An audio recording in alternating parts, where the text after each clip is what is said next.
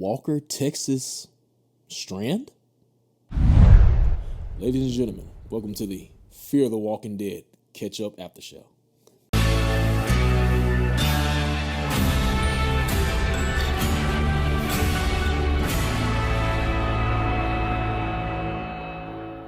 All right, guys, welcome to another edition of the Catch-Up Aftershow.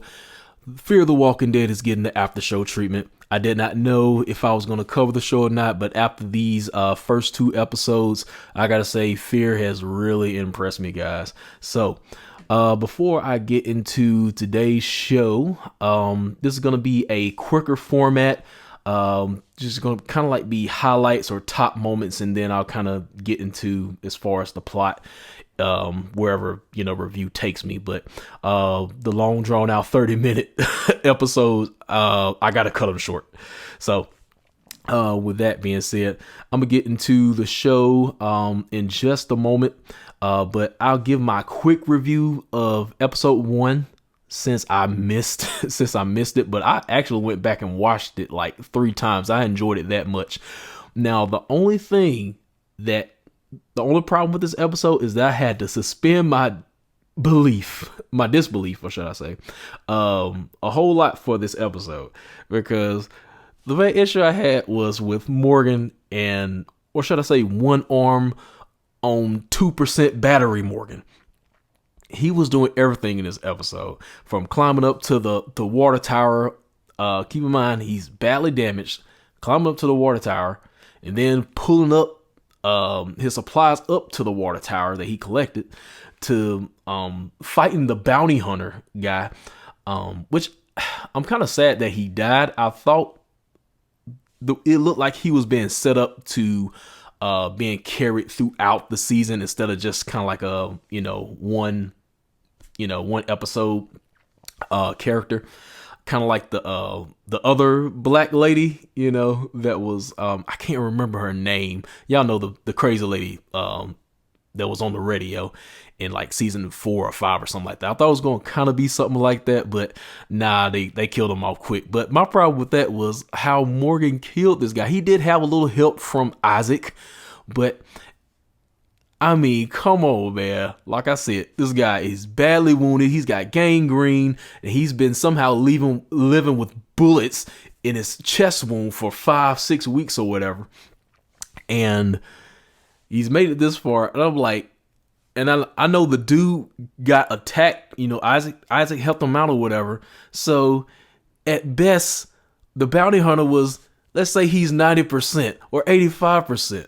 He still should have been able to kill Morgan with ease. Morgan is like, he's blocking the axe with his staff with one hand.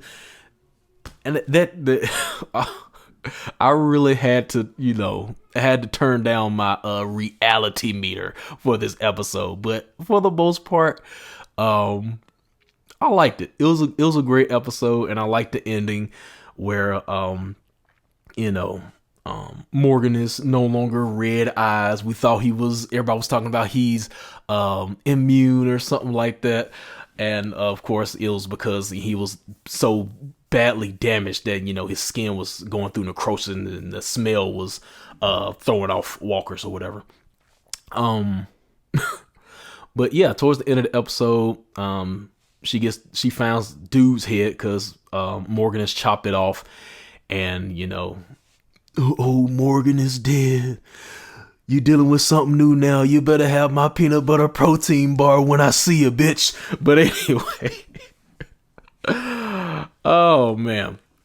But yeah, this episode was good, guys, as well. So that was my thoughts on episode 1. Just thought I'd give a quick review. But anyway, let's go ahead and get into some of the highlights. I'm not going to go from point A to point B. I'm trying to change my format here, so this is just going to be like a top moments. So here we go. Okay, so one of the top moments that stood out to me was the debut of Dakota, who we find out is Jenny's sister. Now, when I first saw this character, she's seen basically, I guess you could say she saved Strand and Alicia from the Ranger, because the Ranger, they was having some issues And the ranger looked like he might have shot him. He was gonna shoot him or whatever, but Alicia was like, leave him alone. So this is how we're introduced into Dakota's character, and I noticed right off the bat, okay, she's redhead. She looks eerily similar to Jenny, minus like the big eyes, but I'm like, they did very good on the casting. I'm like, she might be related to her in real life, all I know, but the casting was good. I like, she's got to be related to Jenny somehow. I was thinking she was Jenny's daughter at first. My first reaction would be, but it turned out to be her sister. So, okay.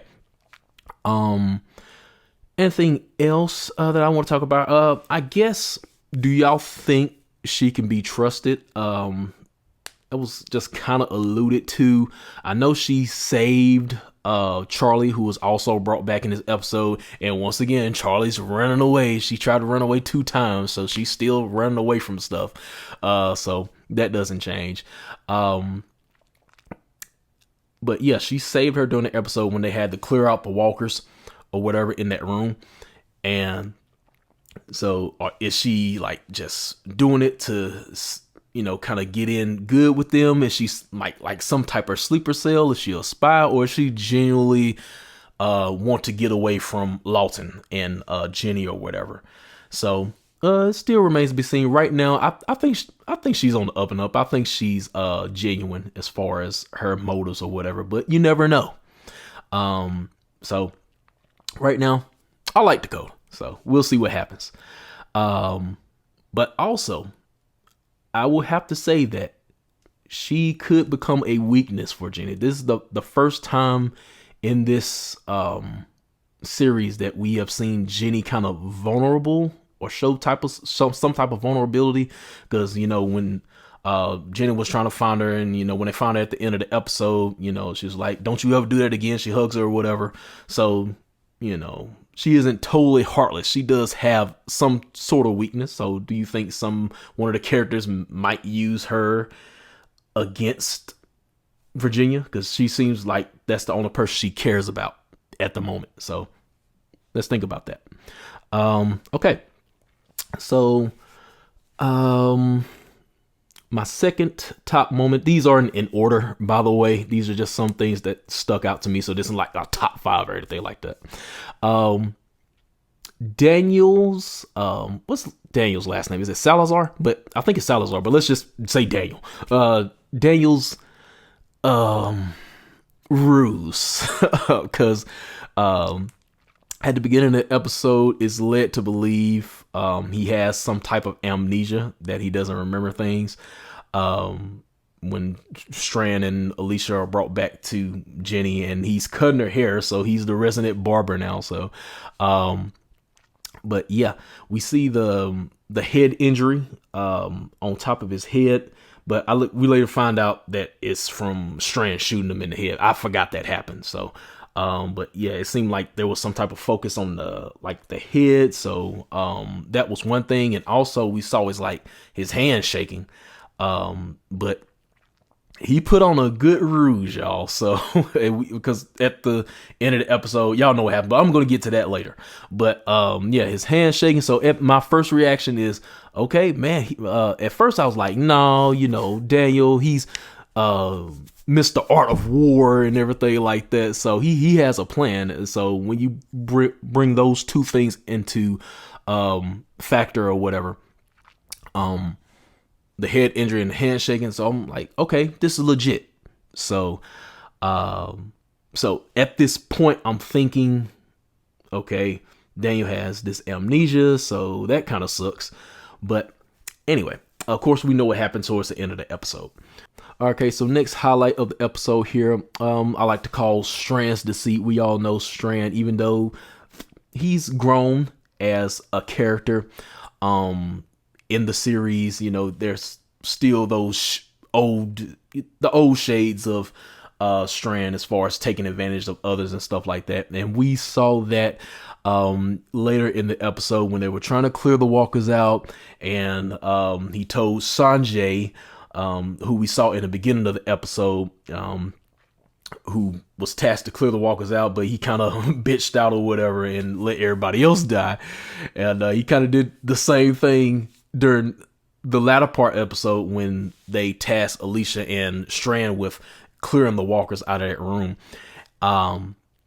So he ran away again, and then Strand went. He found him, told him to follow him, and he ended up stabbing him so he could use him as walker bait. So do y'all agree with what Strand did? Do you think it's something that he should have did? Some that probably I think with the decision at the moment, I'm like, he couldn't use the horn. It wasn't distracting him, so I guess that was his next best choice. Low key, I kind of think Sanjay deserved it because he ran away in the first place. So, cowards die. So, okay. But yeah. And then the thing is, after that, he kind of lied about it and said it's something he wanted to do, and he created this whole narrative that Sanjay sacrificed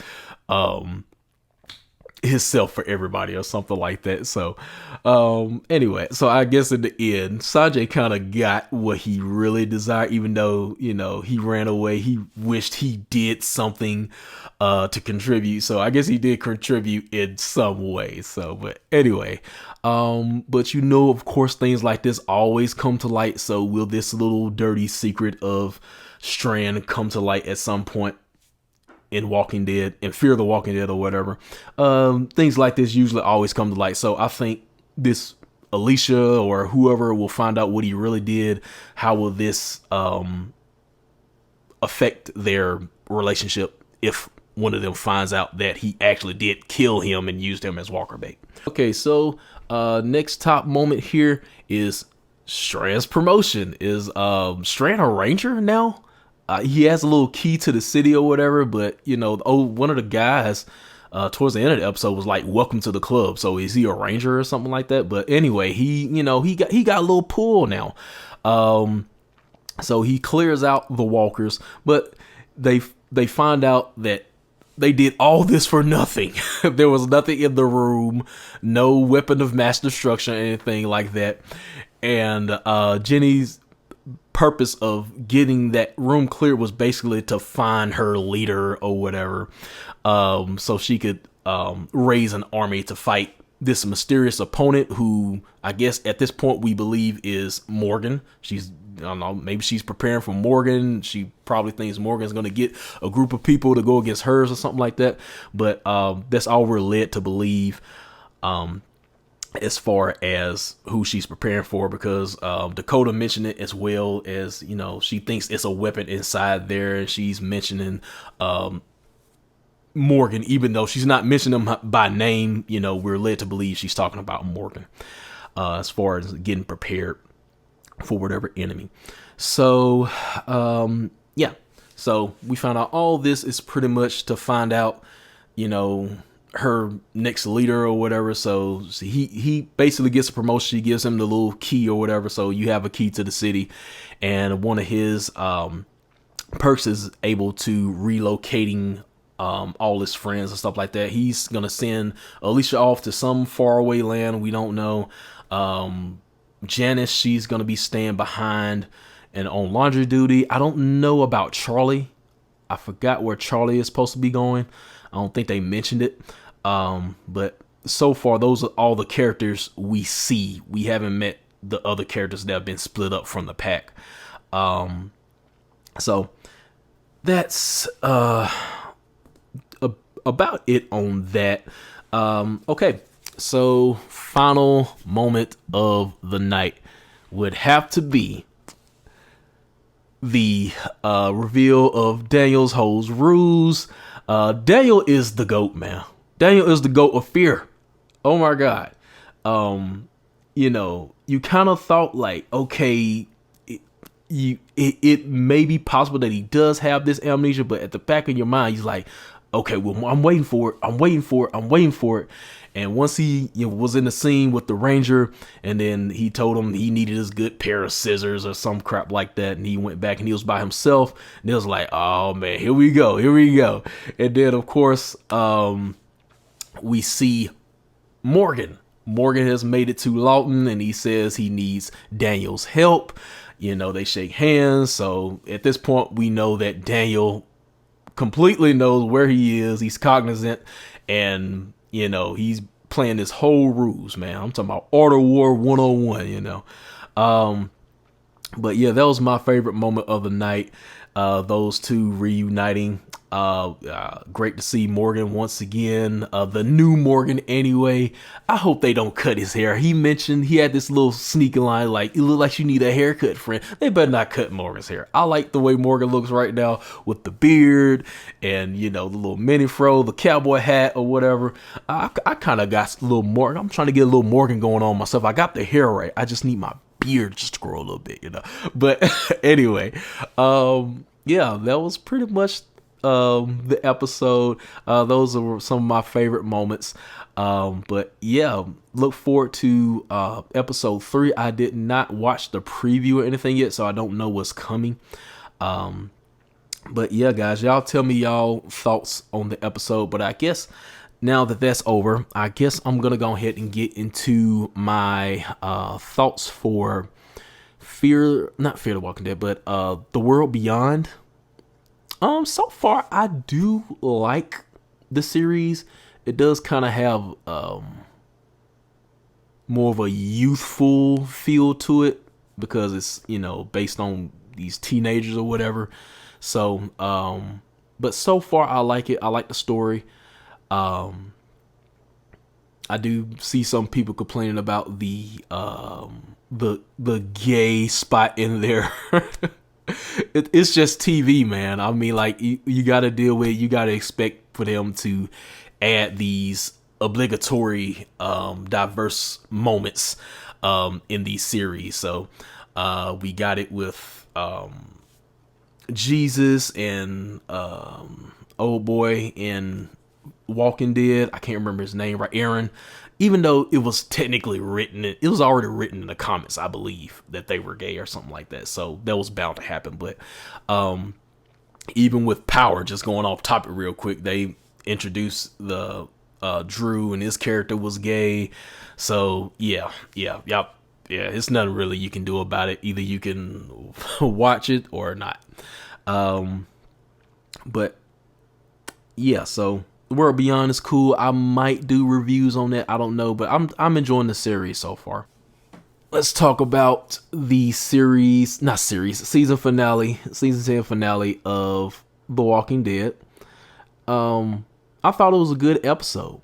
I liked at the end how Lydia and Carol seem to be closer now. They seem to be, Carol seems to take the mother role of Alpha as far as Lydia is concerned. So I want to see how that develops. And also there's supposed to be the episodes that basically tell where Maggie was before all this and all this. So I'm looking forward to seeing those episodes.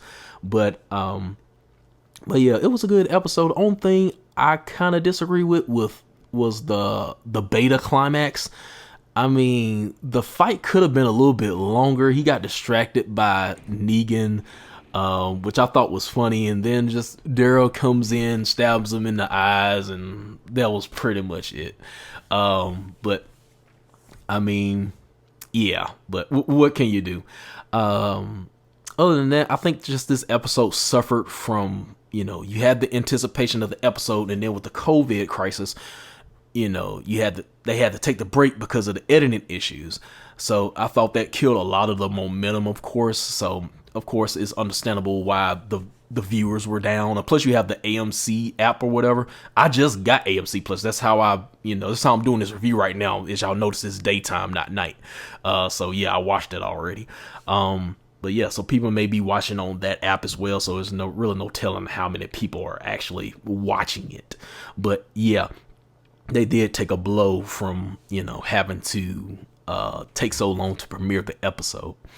But anyway, guys, yeah, season 11 is the last season of The Walking Dead, the super extended season 11. But yeah, I think it's time to come to a close. And plus you're coming towards the Commonwealth source material. So I mean, there's nothing really else you can tell unless you're gonna make some new stories. But yeah, it's time for The Walking Dead, the original Walking Dead, to end. It's gone long enough. But yeah, I'm excited to see how they're going to end things off. Will Rick come back, Michonne come back, all that stuff like that. But other than that, guys, I think I'm going to check out of here. I hope y'all enjoyed this review. Yeah, tell me y'all thoughts as far as how y'all see Fear. Are y'all enjoying it right now? What's y'all thoughts on some of the things that I talked about tonight? But other than that, if you haven't already, like this video, make sure to comment your thoughts, and also subscribe to the channel if you haven't already. I'll see you guys next time. Peace.